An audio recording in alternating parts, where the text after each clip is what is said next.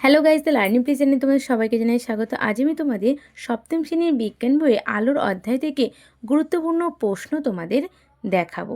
চলো শুরু করা যাক প্রশ্নগুলো। তাহলে সবব বস্তু কাকে বলে, উদাহরণ দাও। আমি তোমাদের শুধু প্রশ্নগুলো পড়ছি, উত্তরগুলো কিন্তু তোমরা দেখে নেবে। আমি দেখো ভালো করে তোমাদের উত্তরগুলো দেখছি, তোমরা সবাই কিন্তু লিখে নাও। আর যদি তোমাদের অসুবিধা হয় তোমরা কিন্তু একটা স্ক্রিনশট মেরে নিতে পারো, পরে লিখে নেবে। তাহলে পরের প্রশ্ন কি, অপ্রভ বস্তু কাকে বলে, উদাহরণ দাও।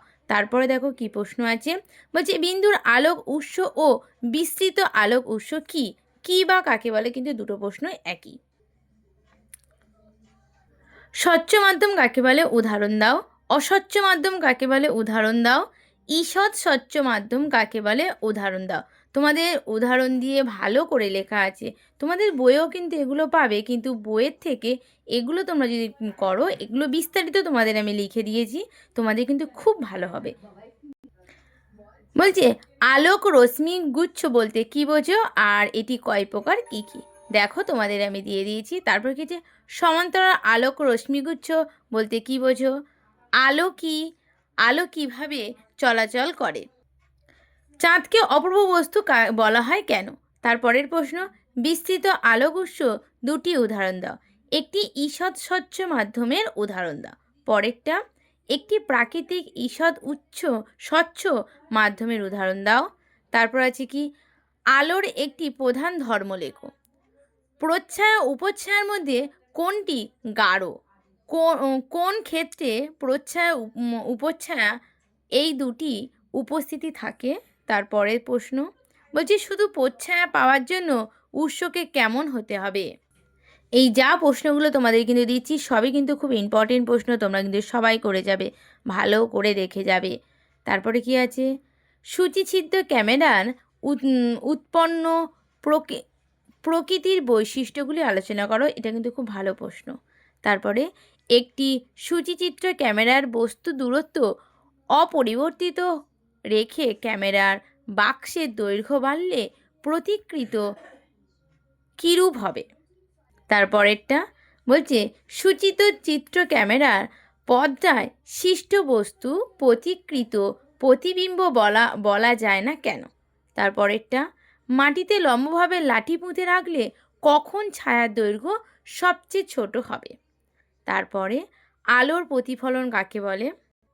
দেখো তোমরা ভালো করে দেখে নাও, আমি ভালো করে তোমাদের দেখাচ্ছি, দেখো তোমরা দেখতে পাবে কিন্তু।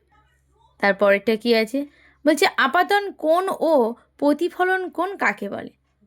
দিয়েছি, তোমরা কিন্তু ছবি সহ করবে, ঠিক আছে। আমি ছবিটা এঁকে দিইনি, কিন্তু তোমরা বইয়ের মধ্যে ছবি আছে, ছবি সহ এগুলো কিন্তু লেখার চেষ্টা করবে, তাহলে তোমাদের ফুল মার্কস কিন্তু তোমরা পাবে।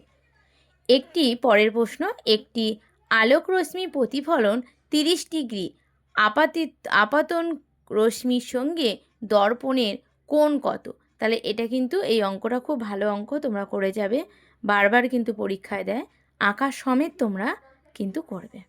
তারপরের অঙ্ক দেখো, এরকম অনেক অঙ্ক কিন্তু তোমাদের দেয়, একই একই একটু ঘুরিয়ে দেয়, তা বলে তোমরা ঘাবড়ে যাবে না, তোমরা কিন্তু করে আসবে। কি বলেছে, একটি আলোক রশ্মি একটি সমতল দর্পণের ওপর দর্পণের তলের সঙ্গে 40 ডিগ্রি কোণে আপতিত হলো, আপতন কোণ ও প্রতিফলন কোণ কত, আপাতন রশ্মি ও প্রতিফলন রশ্মির মধ্যে কোণ কত হবে। এটাও তোমরা ছবি সমেত এই অঙ্কটা করবে, এটাও কিন্তু খুব ভালো অঙ্ক, তোমরা সবাই দেখে যাবে। তারপরের প্রশ্ন কি, সিনেমার পথটা অমিশ্রণ করা হয় কেন। এটা খুব ইম্পর্টেন্ট প্রশ্ন, এখনই দাগ দিয়ে নাও, মনে করো যে পরীক্ষায় পড়ে এসেছে। আর একটা জিনিস, তোমাদের কিন্তু এই প্রথম পরীক্ষা কিন্তু 15 নাম্বারে হবে, তাই তোমরা চেষ্টা করবে সবসময় যে 2 বা 1-এরগুলো ভালো করে করার, কারণ বড় প্রশ্ন অত আসবে না, সবই কিন্তু ছোট প্রশ্ন আসবে। আলোর প্রতিফলন কয় প্রকার ও কী কী, সমতল দর্পণের কী ধরনের প্রতিফলন হয়, ঘরের দেওয়ালে কী ধরনের প্রতিফলন হয়, সিনেমা পর্দায় কী ধরনের প্রতিফলন হয়, আর কোন ধরনের প্রতিফলনের জন্য আমরা বই পড়তে পারি।